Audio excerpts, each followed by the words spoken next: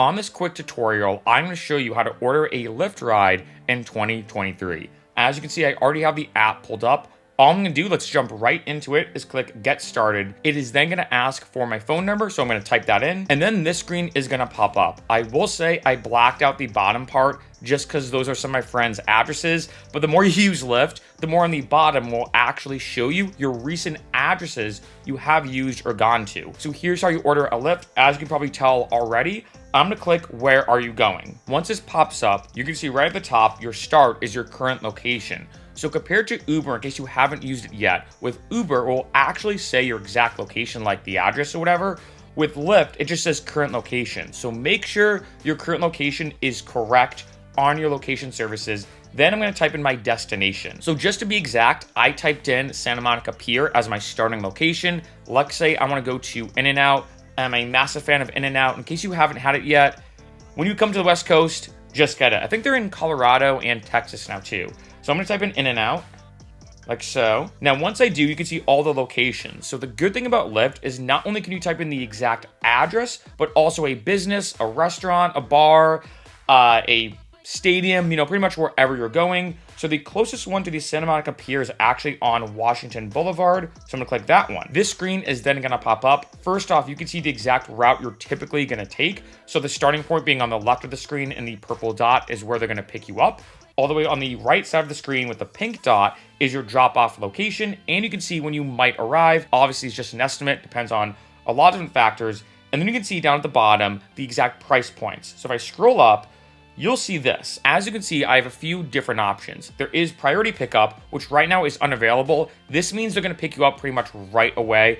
So as you can imagine, they only have this feature of, like, say there's a driver right next to you. Then I have pickup within 16 minutes, or pick up within 10 to 25 minutes. Being honest, and I want to say this as a side note, even if you might think, oh, 10 to 25 minutes to be picked up is kind of far away, there's been some times I ordered pickup in 10 to 25 minutes and it came in 3 minutes. So I do want to say, once you order the Lyft, just be ready, because it could pick you up almost at any time, right? And as you can imagine, the longer you wait to be picked up, the more money you are going to save. I mean, that's what? Almost $10.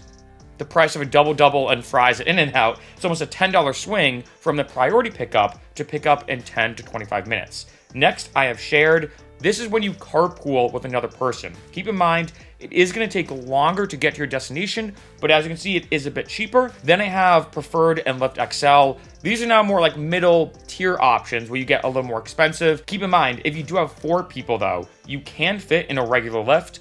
5 to 6, you have to pick Lyft XL.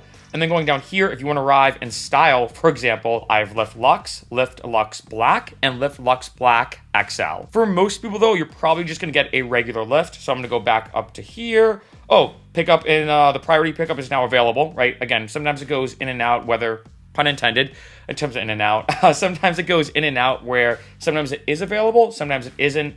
Being honest though, I'm just gonna be straightforward. I think pickup in 10 to 25 minutes is just the way to go. So I'm gonna click select Lyft. Once I pick the Lyft I want, this is then gonna pop up. These are the different locations I can pick. So let's say I'm here, let's say at the Shore Hotel, for example. But let's say I want to be picked up at this intersection. I can bring this here and then boom. The next thing I'm gonna do is then click confirm and request.